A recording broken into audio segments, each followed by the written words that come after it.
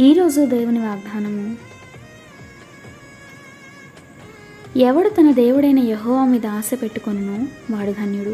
కీర్తనల గ్రంథము 146వ అధ్యాయము 5వ వచనము.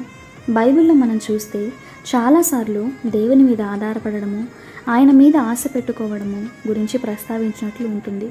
మన దేవుడు ఎంతో నమ్మదగినవాడు. ఆయన మీద ఆశ పెట్టుకోవడానికి ఆయన ఎంతైనా అర్హుడు. అందుకే బైబిల్లో భక్తులు కూడా దాని గురించి ప్రస్తావించారు. పరిస్థితులు ఎంత ప్రతికూలంగా ఉన్నా కానీ దేవునిపై ఆధారపడ్డారు. ఆయన సహాయం కోసం ఆశపడ్డారు. ప్రవక్త అయిన ఎలీషాను మనం చూసినట్లయితే శత్రువు తనపై దండెత్తి వచ్చినా దేవుడు తనకు సహాయం చేస్తాడని నమ్మకం కలిగి ఉన్నాడు.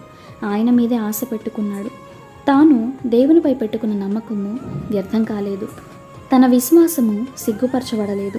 అలాగే మనం కూడా ఎప్పుడైతే దేవునిపై పూర్తిగా ఆధారపడడం నేర్చుకుంటామో అప్పుడే దేవుని కార్యాలు చూడగలము.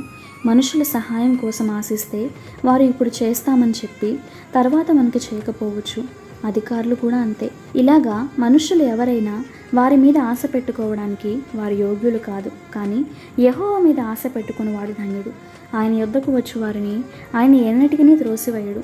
ఆయన మీద మనం పెట్టుకున్న ఆశ మనలను సిగ్గుపరచదు గనక ఇప్పటికైనా మనుషుల మీద ఆశ పెట్టుకోక, వారి సహాయం కోసం చూడక దేవునిపై ఆశ పెట్టుకో. ప్రార్థన. దేవా, నీ వాగ్దానములకై నీకు వందనాలు. అయ్యా, ఇప్పటి వరకు కొన్ని విషయాల్లో నిన్ను పూర్తిగా విశ్వసించలేదు. నీ మీద ఆశ పెట్టుకోకుండా మనుషుల వైపు చూశాను. దయతో క్షమించయ్యా. ఇక నుంచి చంటి బిడ్డలాగా పూర్తిగా నిన్ను నమ్మి నీపైన ఆశ పెట్టుకొని మనసు నాకు దయచేయమని యేసు నామములో ప్రార్థిస్తున్నాము తండ్రి. ఆమేన్.